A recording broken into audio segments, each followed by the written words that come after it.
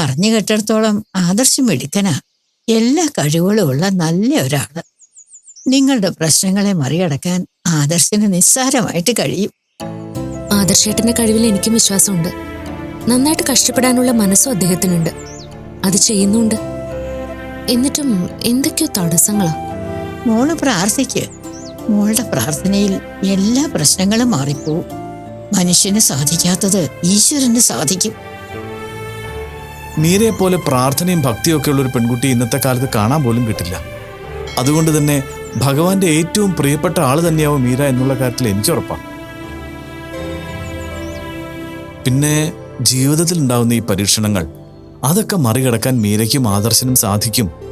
ഭഗവാൻ തന്നെ അതിനുള്ള വഴികൾ കാണിക്കും. എന്തു പരീക്ഷണത്തെയും പ്രാർത്ഥനയോടെ നേരിടുന്നതിൽ സന്തോഷ. പക്ഷേ ഞാൻ ചെന്നതിൽ പിന്നെയാണല്ലോ ആദർശേട്ടന് ഓരോ കഷ്ടപ്പാടുകൾ വന്നതെന്ന് ഓർക്കുമ്പോഴാ ഒരു സങ്കടം. ആദർശേട്ടനായിട്ട് വളർത്തിക്കൊണ്ടുവന്ന സ്ഥാപനം അഭിചേച്ചിക്ക് വിട്ടുകൊടുക്കേണ്ടി വന്നതുപോലും ഞാൻ കാരണോ? അങ്ങനെ എല്ലാ കുറ്റങ്ങളും സ്വയം ഏറ്റെടുക്കേണ്ട മീര. നിങ്ങളുടെ ലൈഫിൽ ഉണ്ടായതിനെല്ലാം ഞാനും ദൃക്സാക്ഷിയല്ലേ. അതുകൊണ്ട് സ്വയം പഴിക്കണ്ട. എന്റെ വിഷമം കൊണ്ട് പറഞ്ഞു പോയതാ മൂന്നേട്ടാ.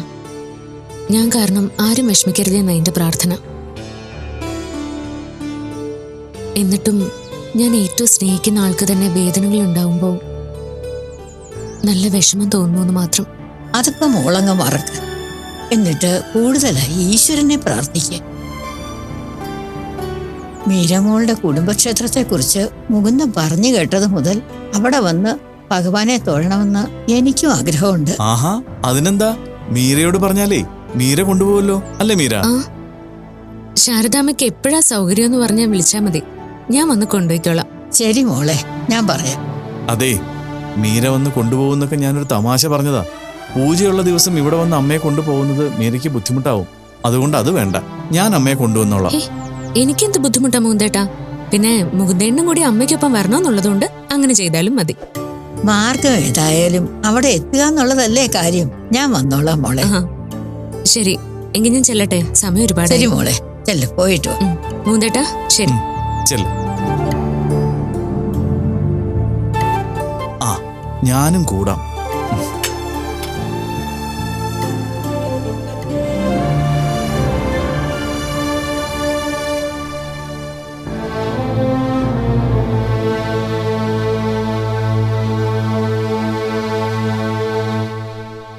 നമ്മളിപ്പോ പെട്ടെന്ന് അവരോട് പെണ്ണ് കാണാൻ വരാൻ പറയുന്നത് ശരിയാകുമെന്നാ എന്റെ സംശയം. അതെന്താ ശരിയാകാത്തത്? വിവാഹത്തിന് താല്പര്യമുണ്ടെന്ന് അവര് തന്നെയല്ലേ അറിയിച്ചത്? അത് ശരിയാണ്. പക്ഷെ വിദ്യയുടെ ഇപ്പോഴത്തെ മാനസികാവസ്ഥയിൽ അവരോട് മോശമായിട്ട് പെരുമാറിയാൽ നാണക്കേടാവില്ലേ? അതേ മോളെ, വിളിച്ചു വരുത്തി അപമാനിക്കുന്നതിന് തുല്യമാകും അത്. അവൾ അങ്ങനെ ചെയ്ത പിന്നെ എനിക്ക് അങ്ങനെ ഒരു മകൾ ഉണ്ടാവില്ല. കൊന്നുകളയും ഞാൻ. വാശി കാണിച്ചതുകൊണ്ട് ആർക്കും ഒരു പ്രയോജനമില്ല തന്നെ. പിന്നെ ഞാൻ എന്താ വേണ്ടത്? എന്റെ മകളെ ആ ജോലിയും കൂലിയില്ലാതെ തെണ്ടി തിരിഞ്ഞ് നടക്കുന്ന സൂരജിനെ പായിക്കണോ? അങ്ങനെയല്ലല്ലോ അവൻ പറഞ്ഞത്.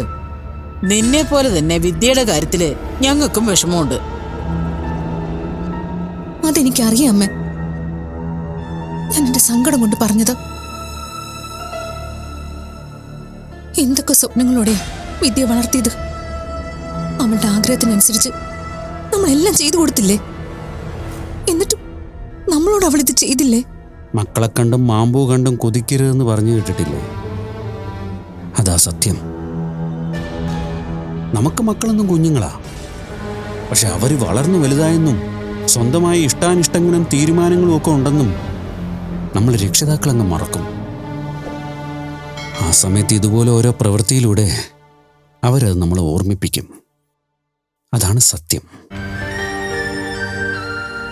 അതെ, വിവാഹക്കാര്യത്തിൽ നമ്മൾ വാശി കാണിച്ചിട്ട് ഒരു കാര്യമുണ്ടെന്ന് തോന്നില്ല. വിവാഹമൊക്കെ ഓരോരുത്തരുടെയും വ്യക്തിപരമായ ഇഷ്ടമാണ്. നിർബന്ധിച്ചൊരു വിവാഹം നടത്തിയിട്ട് എന്താ കാര്യം? അത് കഴിഞ്ഞ് ജീവിക്കേണ്ടതല്ലേ നോക്കേണ്ടത്.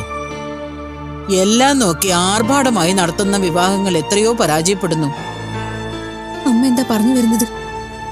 അവളുടെ ഇഷ്ടത്തിന് നമ്മൾ വിവാഹം നടത്തണമെന്നാണോ? അങ്ങനെയല്ല മോളെ. അമ്മ പറഞ്ഞ അഭിപ്രായം തന്നെയാ എനിക്കും. ജീവിക്കേണ്ടത് വിദ്യ. അതുകൊണ്ട് അവളുടെ തീരുമാനത്തിന് തന്നെ പ്രാധാന്യം കൊടുക്കേണ്ടതും. ഇല്ല മനോജേട്ടാ, സൂരജുമായി എന്റെ മകളുടെ വിവാഹം ഞാൻ നടത്തില്ല. കല്യാണം കഴിക്കാൻ താല്പര്യമില്ലെങ്കിൽ അവള് ജീവിതകാലം മുഴുവൻ ഈ വീട്ടിൽ നിന്നോട്ടെ. അതിനെനിക്ക് പരാതിയില്ല. പക്ഷെ ആ ബീനയുടെ മകന്റെ കൂടെ ഞാൻ അവളെ വിടില്ല. സൂരജുമായ വിദ്യയെ വിവാഹം കഴിപ്പിക്കാൻ എനിക്ക് താല്പര്യമുണ്ടെന്നാണോ നീ കരുതുന്നത്?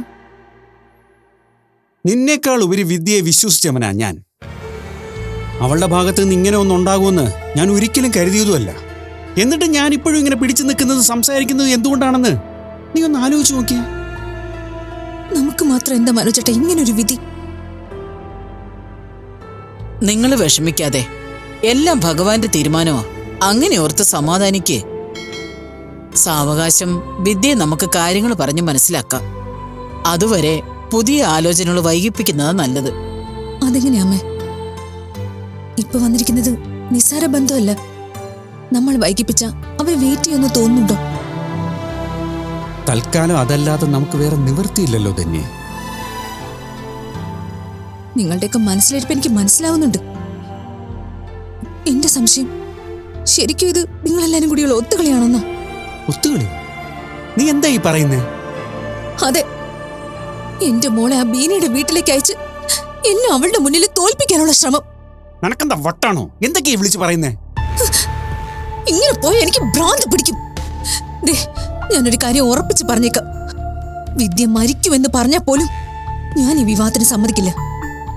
ബീനയുടെ ലക്ഷ്യം എന്നെ അവളുടെ മുന്നിൽ തോൽപ്പിക്കുക എന്നതാ.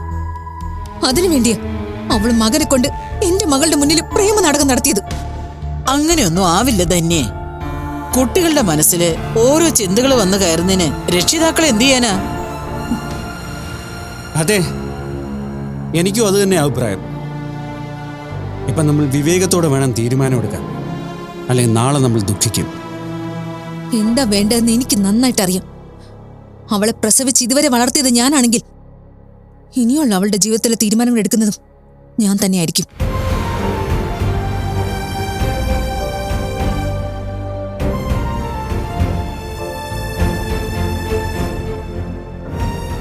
ഇവളെന്താ ഇങ്ങനെ? കാര്യങ്ങൾ പറഞ്ഞാൽ മനസ്സിലാക്കാൻ പോലും ശ്രമിക്കുന്നില്ല. ധന്യെ കുറ്റം പറഞ്ഞിട്ട് കാര്യമില്ല മോനെ. മക്കളെ അമിതമായി വിശ്വസിക്കുന്ന എല്ലാ മാതാപിതാക്കൾക്കും ഇതാണ് അവസ്ഥ.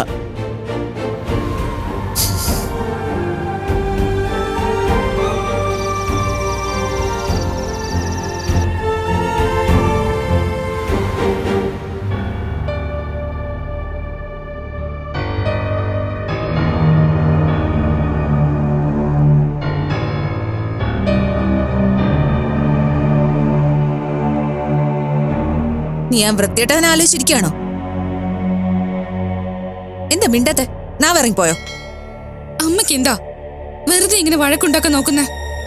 ഇല്ല, ഞാൻ വഴക്കുണ്ടാക്കുന്നില്ല. നീ കാര്യം പറ, എന്താ നിന്റെ ഉദ്ദേശം? അതെല്ലാം ഞാൻ വ്യക്തമായി പറഞ്ഞതല്ലേ, പിന്നെന്തിനാ വീണ്ടും ചോദിക്കുന്നേ? ആ, അപ്പോ നീ ഞങ്ങൾ പറയുന്ന വിവാഹത്തിന് തയ്യാറല്ലെന്നാണോ പറയുന്നത്? അതെ, സൂരജിനെ അല്ലാതെ മറ്റാരെ ഞാൻ വിവാഹം കഴിക്കില്ല. നീ അങ്ങനെ പറഞ്ഞ ആ നശിച്ചവനെ കല്യാണം കഴിച്ച് തരുമെന്ന് വല്ല ചിന്തയുണ്ടെങ്കിൽ അത് വെറുതെയാ. അമ്മ വെറുതെ എഴുതാപ്പുറം വായിക്കണ്ട. എനിക്ക് അങ്ങനെയുള്ള ചിന്തയും ഇല്ല. അത് മാത്രമല്ല, എനിക്ക് എന്റെ അമ്മയുടെ സ്വഭാവം നന്നായിട്ട് അറിയാം. അമ്മയ്ക്ക് എന്തിനേക്കാളും വലുത് അമ്മയുടെ വാശിയാ. ആ വാശി കൊണ്ട് എനിക്കുണ്ടായ സങ്കടമോ വിഷമോ ഒന്നും അമ്മയ്ക്കൊരു പ്രശ്നമല്ല. അല്ല, നിന്റെ വിഷമം എനിക്കൊരു പ്രശ്നവും അല്ല. അല്ലെങ്കിൽ തന്നെ നീ ഞങ്ങളെ കുറിച്ച് ആലോചിക്കുന്നുണ്ടോ? ഞാനും നിന്റെ അച്ഛനും നിന്നെ ഓർത്ത് എന്തുമാത്രം വിഷമിക്കുന്നുണ്ടെന്ന വല്ല ചിന്തയും നിനക്കുണ്ടോ? അമ്മ എന്താ എന്നെ കുറിച്ച് ചിന്തിക്കാത്തത്? ഞാൻ എന്റെ ഇഷ്ടത്തിന് തോന്നി ആരുടെങ്കിലും കൂടെ ഇറങ്ങിപ്പോയിട്ടൊന്നുമില്ലല്ലോ. സൂരജിനെ നിങ്ങൾക്കെല്ലാം ചെറുപ്പം മുതലേ അറിയാവുന്നതല്ലേ? അതെ, അവനെ ചെറുപ്പം മുതലേ എനിക്കറിയാം. അവനെ മാത്രമല്ല, അവന്റെ അമ്മ എനിക്ക് നന്നായിട്ട് അറിയാം. അതുകൊണ്ട് കൂടിയാ നിന്റെ ഈ ഇഷ്ടത്തിന് ഞാൻ എതിര് നിൽക്കുന്നത്. എന്തിനാ അമ്മ ഈ വാശി? എന്റെ സന്തോഷമല്ലേ നിങ്ങൾ ആഗ്രഹിക്കുന്ന? എനിക്ക് സന്തോഷം സൂരജ് ഒപ്പം ഉള്ളപ്പോഴാണ്. ദൈവത്തെ ഓർത്ത് അമ്മ അത് മനസ്സിലാക്ക്. ഇല്ല, നീ എന്നെ ആ ബീനയ്ക്ക് മുൻപിൽ തോൽപ്പിക്കാനല്ലേ നോക്കുന്നത്? നീ ഇനിയെങ്കിലും മനസ്സിലാക്കും മോളെ, ആ സൂരജ് നിന്നെ ആത്മാർത്ഥമായിട്ട് സ്നേഹിക്കുന്നില്ല. എന്നെ ബീനയുടെ മുൻപിൽ തോൽപ്പിക്കാൻ വേണ്ടി അവന്റെ അമ്മയുടെ കൂടെ കൂടി കാണിച്ചു കൂട്ടുന്നതാ ഇതൊക്കെ. സൂരജിന് എനിക്ക് നന്നായി അറിയാം. ആരുടെ വാക്ക് കേട്ടും സൂരജ് എന്നെ വേദനിപ്പിക്കില്ല. എടി പൊട്ടി, ആ ബീന നിന്നെ അവിടെ ഇട്ട് കഷ്ടപ്പെടുത്തും. ഇല്ലമ്മേ, എനിക്ക് അങ്ങനെയൊന്നും സംഭവിക്കില്ല. നിന്നോട് മര്യാദയ്ക്ക് പറഞ്ഞിട്ട് കാര്യമില്ല. ഞാൻ എന്റെ തീരുമാനം പറയാം. നിന്നെ കാണാൻ ഒരു കൂട്ടര് വരും. നല്ല പയ്യന, നല്ല ജോലി, വിദ്യാഭ്യാസം, കുടുംബമഹിമ എല്ലാം ഉണ്ട്.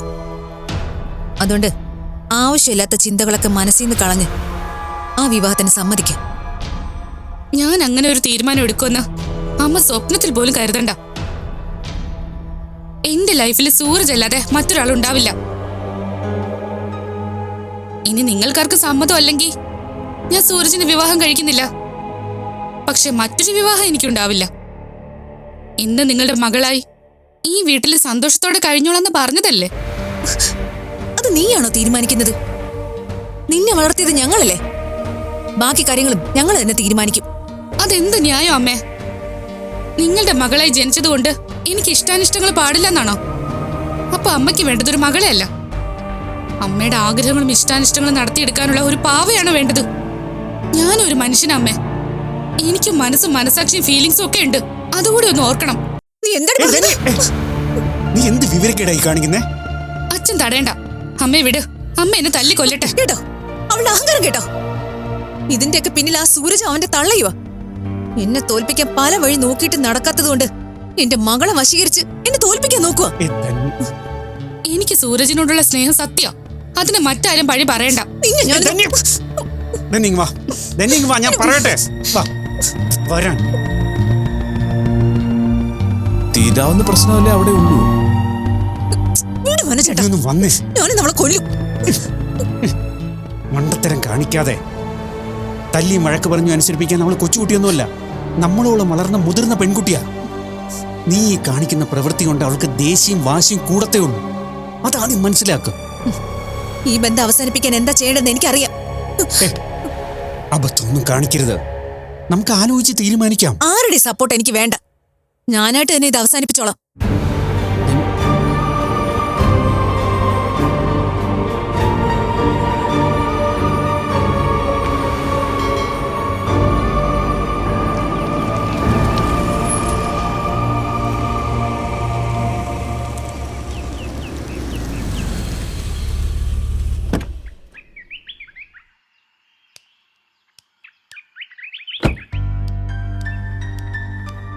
ആ വാ മോളെ,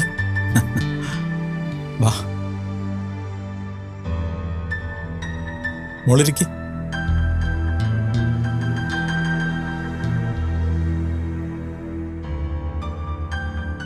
എന്താ ബീനാമേ, എന്തൊന്നും മിണ്ടാത്തെ? ഞാൻ എന്താ മിണ്ടേണ്ടത്? മീരയെക്കുറിച്ച് ഞാൻ ഇങ്ങനൊന്നും അല്ല കരുതിയിരുന്നത്. എന്നോട് ഈ ചതി വേണ്ടായിരുന്നു മീരെ. ബീനാമ എന്നെ തെറ്റിദ്ധരിച്ചിരിക്കുക. ഞാൻ ഒരു തെറ്റും ചെയ്തിട്ടില്ല. വേണ്ട, ഈ നുണ ഇനി വേണ്ട. സൂരജിനും ആ പെണ്ണിനും വേണ്ട സപ്പോർട്ട് എല്ലാം ചെയ്തു കൊടുത്തത് മീര തന്നെയാ. ബീൻ എന്തൊക്കെയാ പറയുന്നത്? ഞാൻ പറഞ്ഞതിൽ എന്താ തെറ്റ്? സത്യമല്ലേ ഞാൻ പറഞ്ഞത്? അല്ലെങ്കിലും മീരയ്ക്ക് കൂറ് അവരോടല്ലേ വരൂ. അവരാണല്ലോ ഇവൾക്ക് സ്വന്തം. ഞാനും എന്റെ മകനും അന്യരാണല്ലോ. ഇങ്ങനെയൊന്നും പറയല്ല ബീനാമേ.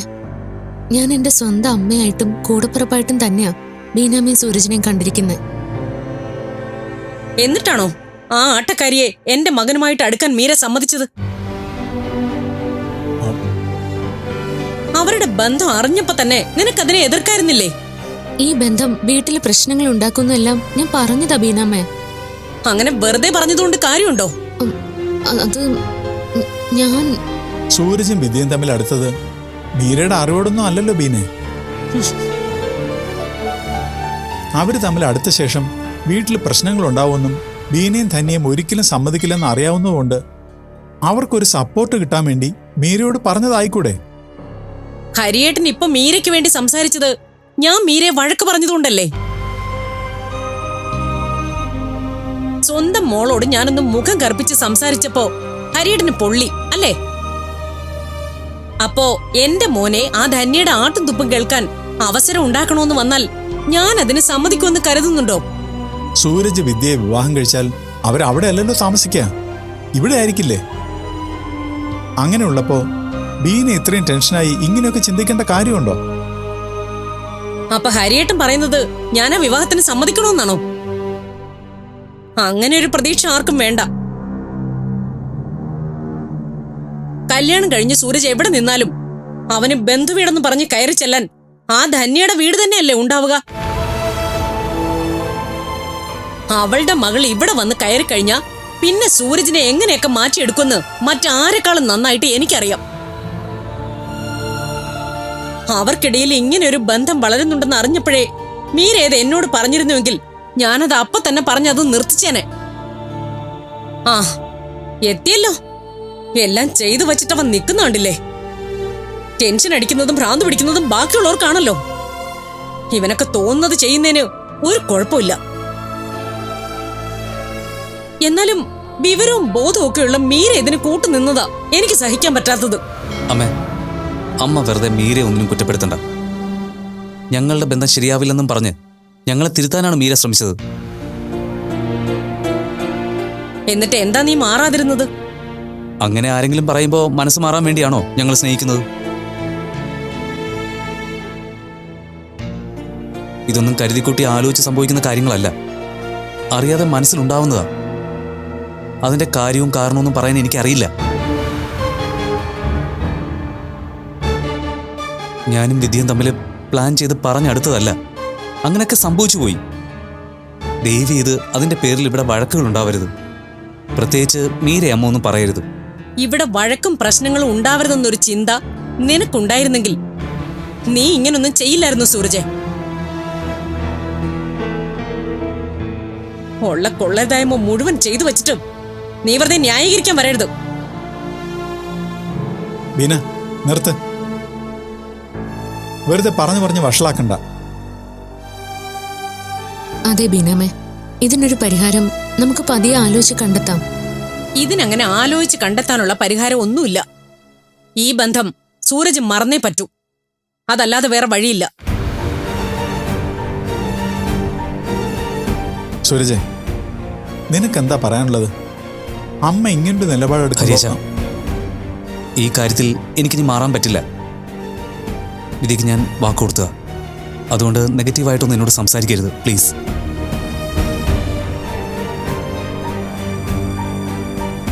ഞാൻ പറഞ്ഞില്ല അച്ഛാ, അവരെ പിന്തിരിപ്പിക്കാൻ ഞാൻ ശ്രമിച്ചതാ, സാധിച്ചില്ല.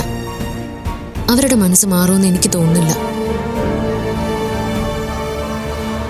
ഇതൊക്കെ ഇനി എവിടെ ചെന്ന് അവസാനിക്കുമെന്തോ ഭഗവാനെ. പ്രശ്നങ്ങളൊന്നും ഇല്ലാതെ അവസാനിച്ച് കിട്ടിയാൽ മതിയായിരുന്നു. എന്റെയും പ്രാർത്ഥന അത് തന്നെ അച്ഛാ. മോള് വന്ന് കയറിയപ്പോൾ തന്നെ സമാധാനം കളയുന്ന രീതിയിലുള്ള സംസാരങ്ങളാണ് ഉണ്ടായത്. ആഹാരം കഴിച്ചോ, കുടിക്കാൻ എന്തെങ്കിലും വേണോന്നൊന്നും ചോദിക്കാതെ ബീന പോയി. അതൊന്നും സാരമില്ല, ബീനാമ്മയുടെ രീതികളൊക്കെ നമുക്ക് അറിയാവുന്നതല്ലേ. പിന്നെ എന്നോടങ്ങനെ ചോദിക്കേണ്ട കാര്യമൊന്നും ഇല്ലല്ലോ. നല്ല ദാഹം, വെള്ളം ഞാനെടുത്ത് കുടിക്കാം. അച്ഛന് ചായയോ മറ്റോ വേണോ? ഞാനിടാം. വേണ്ട മോളെ.